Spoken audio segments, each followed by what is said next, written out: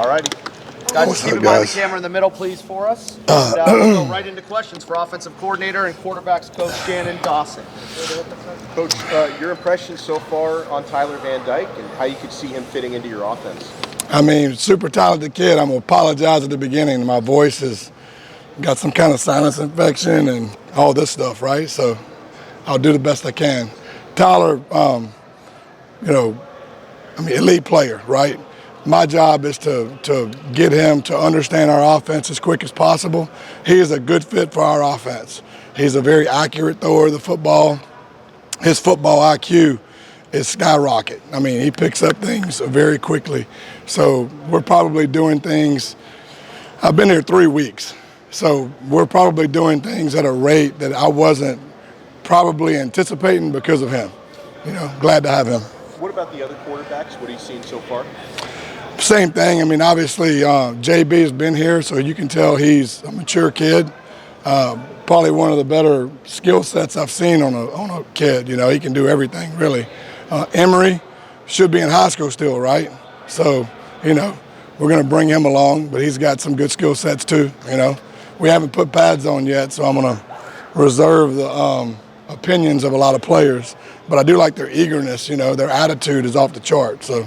Coach, first couple weeks here, is there anything that, caught you off guard or surprised you about, when you got here, about the roster, about just anything in general? No, I try not to have any preconceived notions about things when I go to places. And so, the only thing that I care about is people's attitude and effort being extremely high. And for the first 3 weeks, the eagerness of these guys and the attitude has been off the chart. So if we can keep that going, everything else will fall into place at some point. Why was Miami the right move for you right now? Why was Miami the right move for you right now? Why are you here? I mean, what are you talking about, man? I mean, you look at this place, right? I mean, this is an opportunity of a lifetime, I mean, I grew up watching those national championships. So I pinch myself every day coming out here, wearing this U and being here. And I'm very blessed and very thankful. And I'm going to put everything I got into getting us back to where we need to be. Coach, and your initial impression of the wide receivers room? Overall, I think we got some talented kids, I mean, they're learning. Their heads are spinning. That position, when you install a new offense, is probably going to be one of the slower ones to grab everything because there's a lot of moving parts, right? And so they're picking up on things quickly. And we don't have pads on, so, I mean, it's hard to sit here and say who can or who can't. But we got some guys moving around out there and making some plays. Coach, everyone assumes that the air raid offense is only about passing. How does the rushing game fit into that? Well, I mean, in my opinion, there's no such thing as the air raid offense anymore. We've evolved to be, I think probably 10 or 12 years ago, probably when we went to West Virginia, we had a bunch of tight ends on the roster, so we had to figure out how to use those guys, right, and be physical and play more into the strengths of your team, right? Running the football and playing with tight ends builds culture. You know what I mean? Builds physical culture on both sides of the ball. And so we're never going to go away from that. And we're going to run the ball effectively. What I found through the years, because I started my career off, throwing it more than I do now, obviously. But you can throw it for more yards if you run it better because defenses will play down, right? So I want to throw it less, but I want to throw it for more yards. Does that make sense? What are the specific traits that you look for in your receivers that make? Well, I mean, every position is different. So you want a good mix of a tall guy that can run and catch, right? And then some guys that can move around.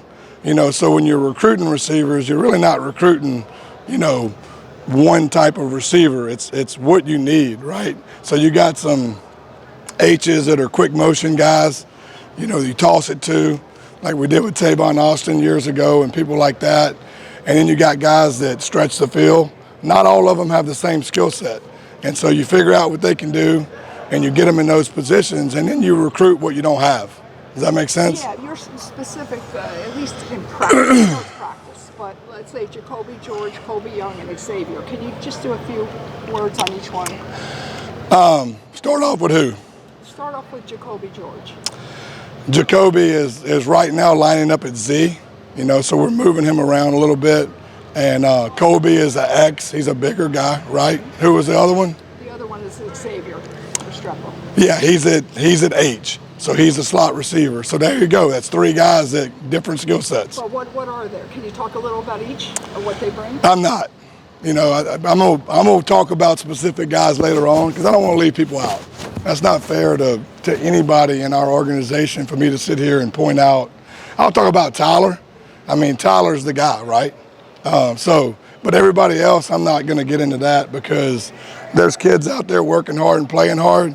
And if I point one kid out and not the other, that's not fair to them, especially if we hadn't put pads on yet. If we have a scrimmage and it's live and people make plays, I'll tell you about those guys. I know there's not pads on right now, but the offensive line group from like a body type perspective and size and athletics. Yeah, it's what you want. You know, they're big guys and they move well. You know, I mean, in today's age, O-linemen have to be able to move. I don't think I've been anywhere where the size overall, now you typically have a couple of them, you know, but overall our size is off the chart, you know, and we can move. And so, and just adding more people like that, which they have. You haven't seen a lot of those guys yet, right? So, pretty impressive guys. How about the familiarity with the staff, just the new position? They're new to us, new position coaches, they're all new to you. Well, I mean, they're new to me too. Right. And so that was my job coming in and to incorporate offensively what we can do good here, right? Because every place is different. You come in here, you see what kind of personnel they have, and it's not like you're going to change a lot offensively, but you will veer the offense ways based on people, right? And so just for instance, I mean, our tight end room is pretty loaded. So, I mean, we're in heavy sets day one, right? And so that's just the way it is. That's who we are as an offense, right?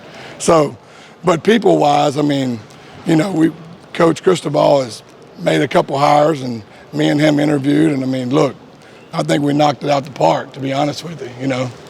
And so Coach Guidry, I mean, we're both from South Louisiana. Imagine that, right? And so real small towns in Louisiana. So, and I've known him for a long time. It's a very unique situation where we have familiarity with each other, you know, and our compatibility is high. Coach, can I ask you just a little bit about your relationship with Mario, kind of when you guys first met? Yeah, so I've known him for a while. When I was the OC at Stephen F. Austin, he interviewed me for the OC job at FIU and didn't get it. You know, he hired somebody else, which is fine. But I do think that interview led to this interview, you know, so you never know, right? You meet people, you network, you make impressions on people, and hopefully things work out in the future. And I just watched him from afar, you know, everywhere I've been.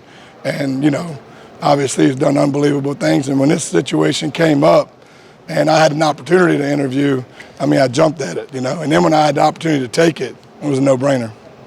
You had an offense last year that relied a lot on the quarterback running the ball, and yeah, obviously the personnel here is different.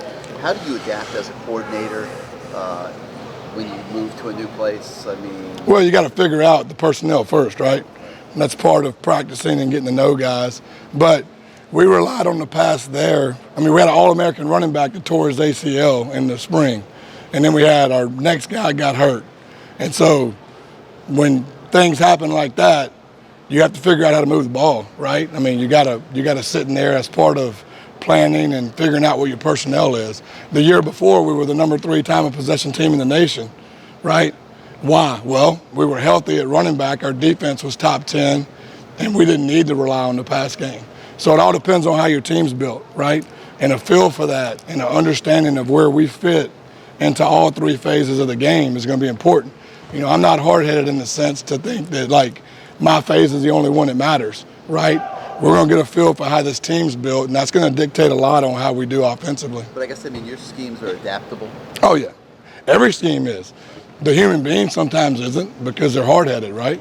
But every scheme's adaptable. Coach, with the receiver group that wasn't necessarily highly productive last year here, can you talk about the process of how you can help this team develop and get better? Well, through my 20-something years of coaching, okay, we've had, you know, year to year to year to year, right? There's always years where, like last year, the previous place I worked, we had the guy that led the nation in receiving, right? So next year there, one of the guys that didn't will. Does that make sense? So somebody's going to step up. somebody's going to step up and secure that role of the go-to guy. I don't know who it is. I mean, I probably got a decent idea, but I'm not going to tell you. But somebody will always steps up if you pour reps into people. We're going to pour reps, and we're going to keep it consistent. Somebody will step up and be that playmaker. Thank you very All much. right, guys. Appreciate it.